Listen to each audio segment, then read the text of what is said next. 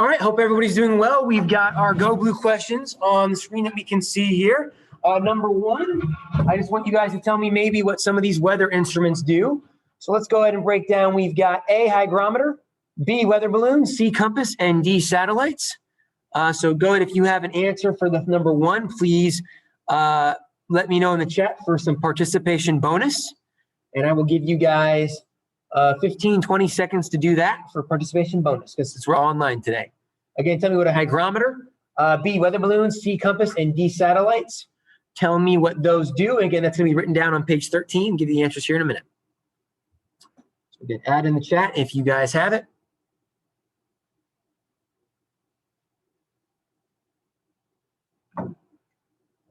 Making sure you guys can see the screen here okay. Okay. Anybody?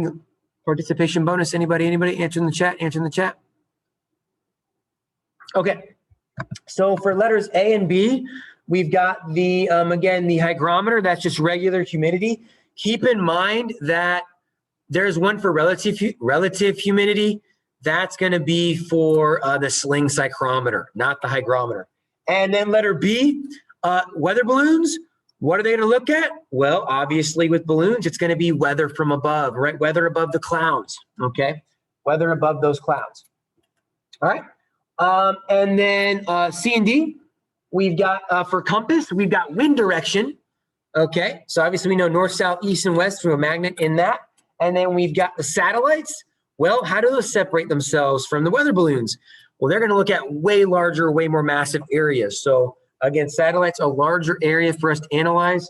Specifically, that includes the like hurricanes or weather over an entire continent or country. Okay, and then moving on to number two, we've got to break down this symbol. I'll give you guys 15 seconds to break down the symbol at all, whether it be the dew point, the pressure. Give me anything. I'll give you maybe some bonus for that. If not, I will get you guys off going on number two on that one. So give you 15 seconds. Answer number two if anyone would like to volunteer.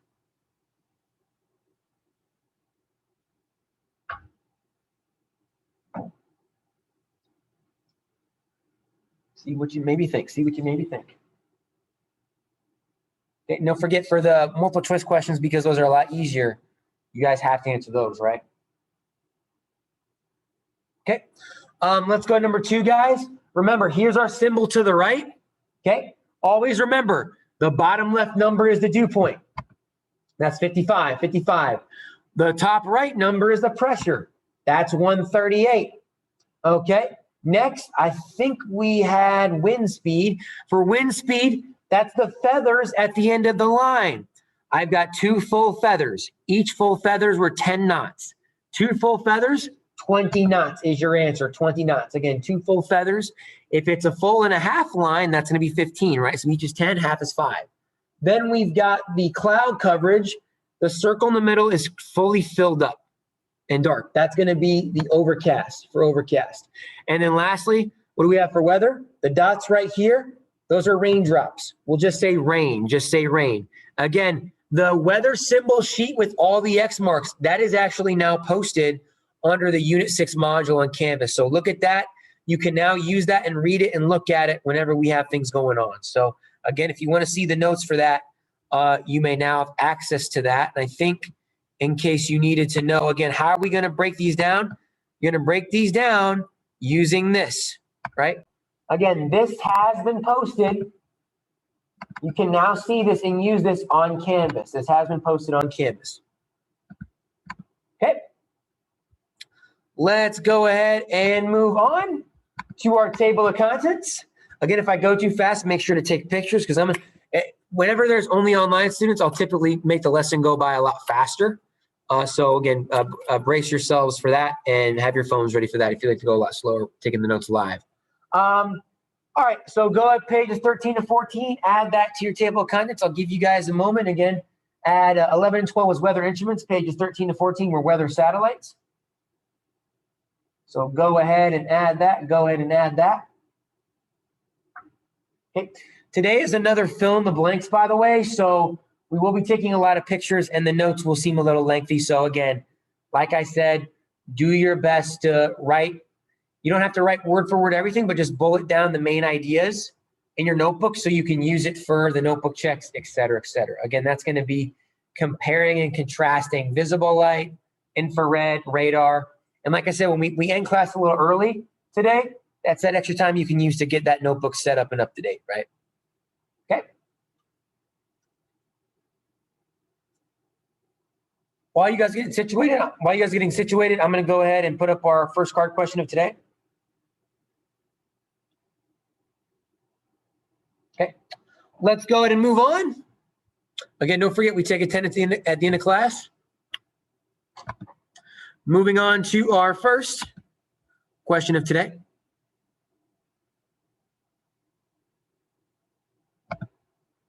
All right. So be ready to answer, guys. I've got the state of Arizona.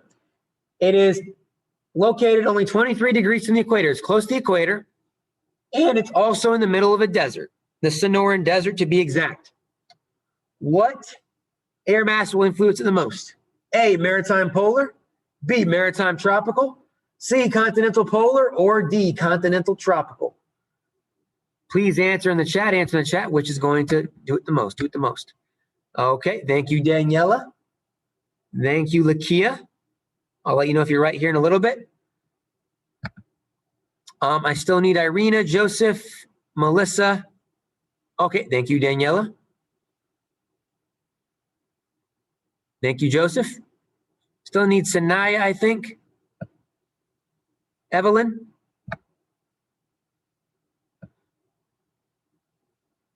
I think I still need Irina. Thank you, Melissa. Thank you, Evelyn. See if we know our stuff. See if we know the material. Oh, okay. So again, it's surrounded by a desert. It's in the middle of a desert, and it's close to the equator. It's only 23 degrees latitude from the equator. Anybody else? Thank you, Irina. All right. Well, you guys will be a little surprised. You'll be maybe a little upset because I had two people say the right answer initially, then change it. But two people got it right, which was Irina and Sanaya. The answer is letter D, continental tropical. Okay. Continental because it's in the middle of a desert surrounded by land. Tropical because it's close to the equator. So it is going to be letter D. Solid job. Hey, for those who said it the first time, again, that's so props to you. You had it right the first time, right? All right, let's move on, guys. There is no video questions today. We're going to go ahead. I want you to go to page 14, and we're going to title page 14 Weather Satellites. Okay? Title page 14 Weather Satellites. Well, let's go. Oh, my bad. Okay. So page 14. Just put down weather satellites, okay? So only thing I want, let's see if I can use my pen. Yep. And I'm just going to highlight, I'm just going to use the pen a lot today. Okay, so only just for our title, weather satellites, right?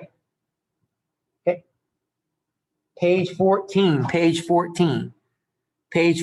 weather satellites. Okay. All good to go. All right, we're going to move on. All right, so why are weather satellites important? Why do we need to use them for the weather? Well, the only way we're going to see weather that's massive or from a far distance. Oh, one second, guys. Sorry, guys. Okay. Well, we need satellites. For example, for what? We need them for things like this. Hurricanes. We've got way out in the ocean. Okay, and the only way we're gonna know that they're approaching is if we have satellites that are looking over the ocean, right?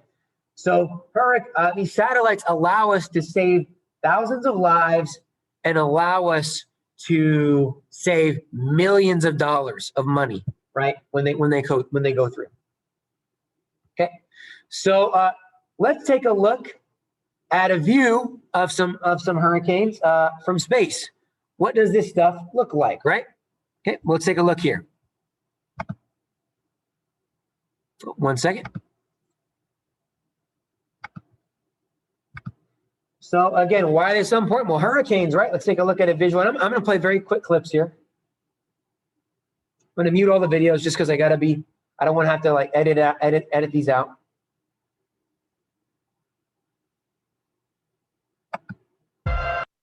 Okay. So you guys can see here, that is the eye of a hurricane. This is Hurricane Irma. All right. And this would not be possible. Seeing this would not be possible without satellites. Okay. Now, at the time, Irma was a Category 5 in the ocean. We were worried. We thought it'd be really bad for Florida, but it did weaken, luckily, and it was only landing in Tampa as a Category 1. So, again, you can see clearly all this only possible through our weather satellites. Right? There's the eye. We're actually going to see the what the inside of the eye looks like from a plane's perspective next week. So pretty exciting stuff there. So let's move on, guys. We're going to be taking notes on page 14. Again, I'm just going to underline what you need to write. If I don't underline anything, you can go ahead. Yeah, skip that. We'll get to that later. Skip that. Again, don't worry. Let me get my pen out. Don't worry about this. So I'm just going to note, don't worry about that, okay? This is just for fun. I'm going to show this later. This is the most advanced satellite. It's called the GO-16 in the world. But we're going to talk about two different satellites today, which are not as cool or as good, but still noteworthy, which is called visible light. So do go ahead, write this down. Our first category is visible light satellite, visible light. Do write those down. And just know that visible light satellite images can be thought of as photographs of the Earth from space. So photographs of the Earth from space. Okay. Let me see here also. Let me see if I can go back up. It's there, like photograph. Okay. Yeah. So again, taking photos of space. Let's see. You know what? I'm going to say this. Let's go ahead. I'm just going to go ahead. We don't need to know that. Let's skip that. Okay. But yeah, they're like photographs of space in a sense. And this picture is a visual of what it looks like. So if you want to see what it looks like, okay, what does visible light look like? Again, but you do need to have this. Visible light satellite is the first category. So let's take a look at what this looks like here. Actually, let me go ahead. Let's go to the next one. Let's just go to the next one. I'll show the video in a second. All right. So here's what I'm going to say. Okay, we're going to cross that off. They are dependent, for our first bullet, they are dependent on visible light from the sun. Okay. So if they rely on the light, hence the name visible light, when are they not going to work? They're not going to be able to work at night, right? So we're going to say only work during the daylight hours, right? So only work during the daylight hours. We'll say that, okay? Again, this part don't need, that part don't need. Thinner clouds, hard to distinguish. We'll just have that. So the thinner clouds can be hard to distinguish, right? Okay, that can be another issue. Basically, I'm going to be breaking down the pros and cons of these satellites, right? And then high resolution is good. So I'm just going to say high resolution for that. We're just breaking it down, making it shorter.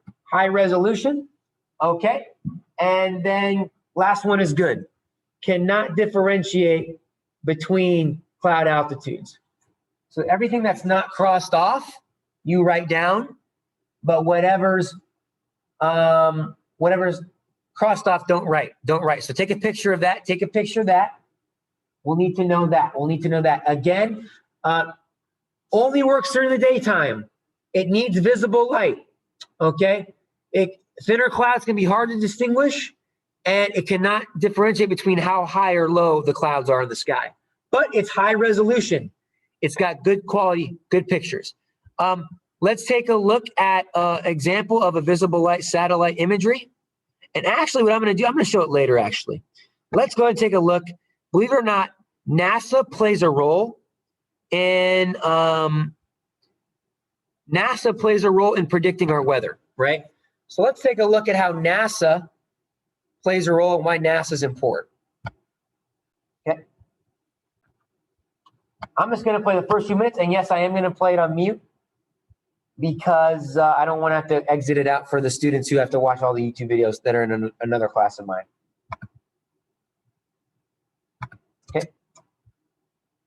And I'm just going to play English here. Okay. So again, with all these disasters happening, NASA's satellites are key and crucial from preventing further disaster. we can prepare way ahead of time.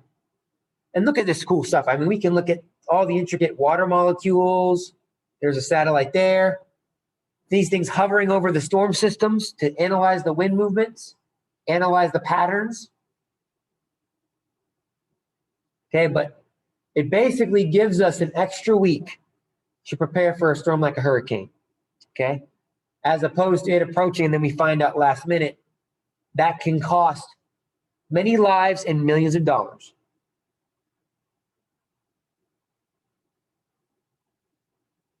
And again, they're also going to use it to track the path of the storm, to track how strong or weak the storm is going to get. Okay. Those are the ideas. Those are the ideas, right? Using our computer systems to calculate the data to predict where the storm is going to go. There's the wind patterns, right? You guys get the idea. Pretty cool stuff. Pretty cool stuff. Okay. Let's move on to now infrared. Okay. And if you want to see what visible, and I'll show the visible light footage later. Now we have infrared. So go ahead and write that down, guys. So it says here, I'm going to cross this off here. 1 second. So works by sensing the temperature of infrared radiation. Okay, so it's gonna look at temperature. Okay, and you don't need to know all this. Just gonna save you guys. If it's fill in the blank, it ends up being a lot of writing for you guys. So I'm just crossing off what you don't need to write. Just write what I don't put in red. Okay. So what does it do? It's gonna sense the temperature. Okay, like in like heat-seeking vision, heat goggles. It's just like that. Just like that. Okay. Again, take a picture if you like. Take a picture if you like. I'm gonna move this here in a second. Give you a moment. Give you a moment. Okay. So what are the cons? What are the pros and cons of this? Well, let's break it down. Okay. So we're going to exit out of that. That's not something we need to know for a question. Okay. I'm going to say it's like night vision goggles. So that's fine. We'll leave that. Let's see. So it's like night vision goggles. We'll just cross off same technology. Okay. It's like night vision goggles. Warm objects are gray or red. Cool objects are white and green. We'll keep that. Can be used 24 hours a day. So unlike the visible light satellite that can only be used during the daytime, this one can be used at night. It can be used night and day. So that's a good thing, right? But it's lower resolution than visible light, lower resolution. But again, it can differentiate between those clouds. So pros and cons to both, good and bad between the both. Visible light versus infrared. So yeah, a lot of that we will need. It's important stuff. You can take a picture. I'm going to move on here in a little bit. It can be used 24 hours a day. It can be used to distinguish cloud altitudes, but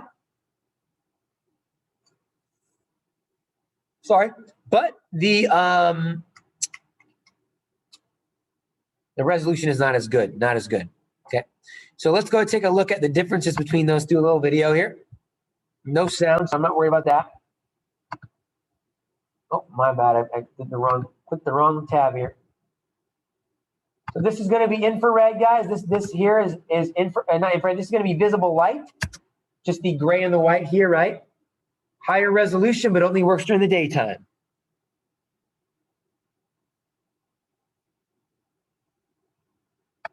Okay. And then we've got our infrared right here.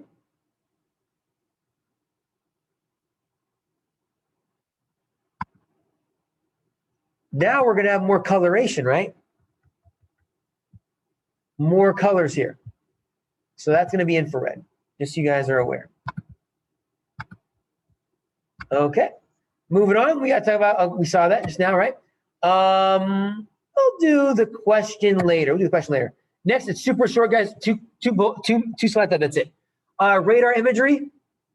I'm gonna keep it all. I'm gonna keep all of it because it's so short. Okay. I'll give you a second because it's short. It's so short. I think some of you guys can write it. So give you a second. Get another drink of water here. So it's empty now. So radar, guys, it's going to be used for just regular rain, precipitation, regular rain. Okay, so whenever you see the news, you see the green stuff that goes across like the screen. That's just showing you the amount of rainfall. So that is radar imagery. Radar imagery. That's the third topic. The last topic is going to be the Doppler radar. Doppler radar. Take a moment for that. Give you a second.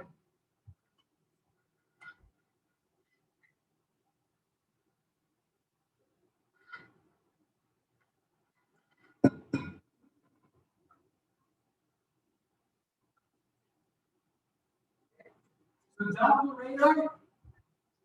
I'm going to cross it. Some of you, if you are writing, might be mad at me. I'm sorry.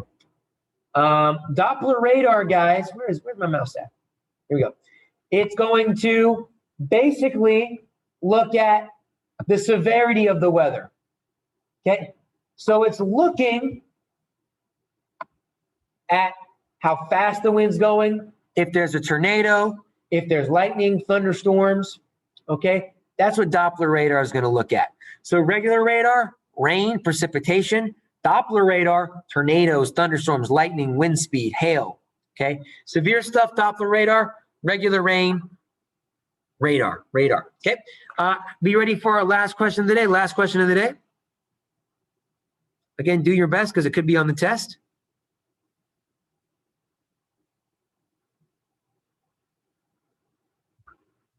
Okay, again, make sure to participate in the question that you are about to see.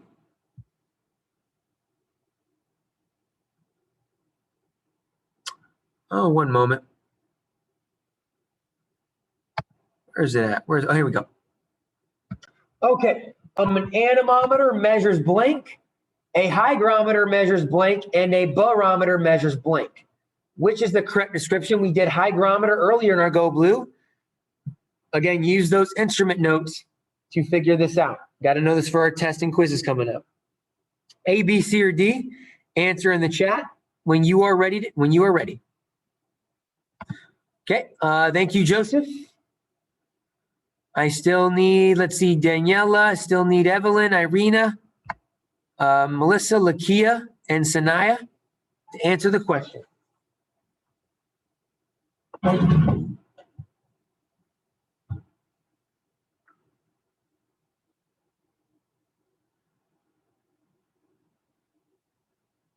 Irina, thank you. Daniela, thank you. You do your best. Practice makes perfect. See how well you know what we're learning in class. Evelyn, thank you.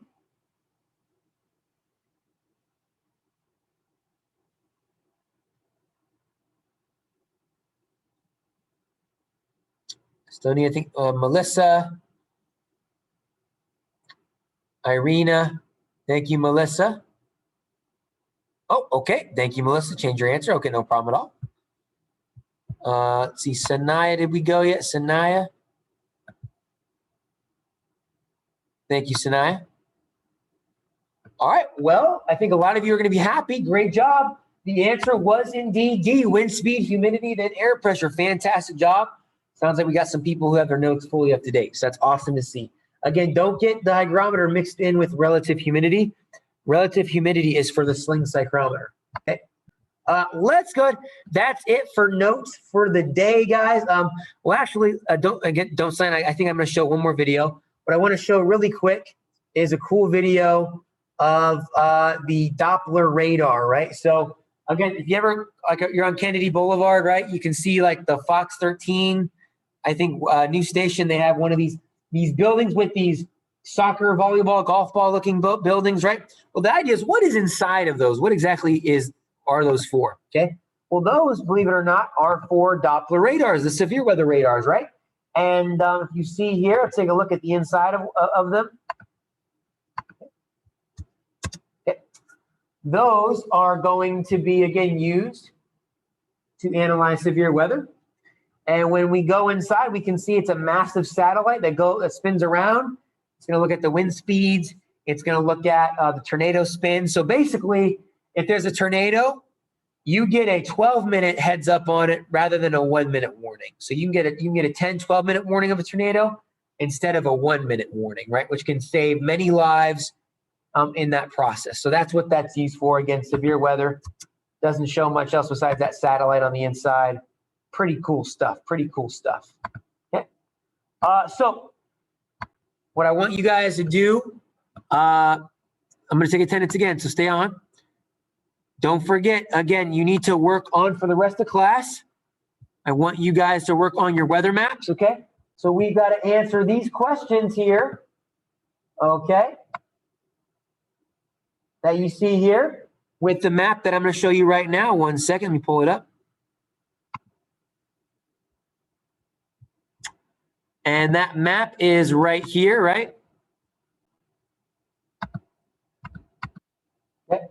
So you've got to follow directions. Again, we've got to color it like such as it says on the map. As it says on the back, it says, again, the front should be the certain colors that we talked about from the other day. Okay, so cold front blue, red, warm front red, et cetera, et cetera. You've got the hash mark lines. Those will be brown. Remember, all these isobars, the ones around the H's are blue. The ones around the L's are red. Okay, we got to color all that. And what's that going to look like when you're done with it? Let me pull it up here.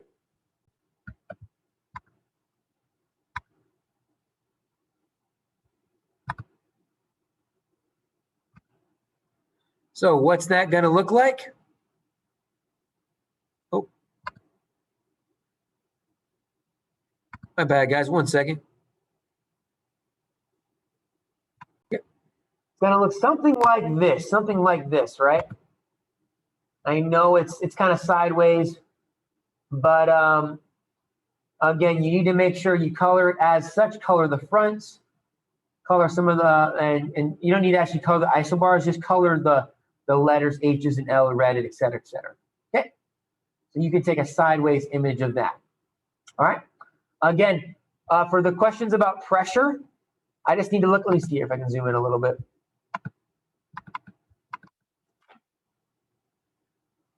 All right. So for the pressure,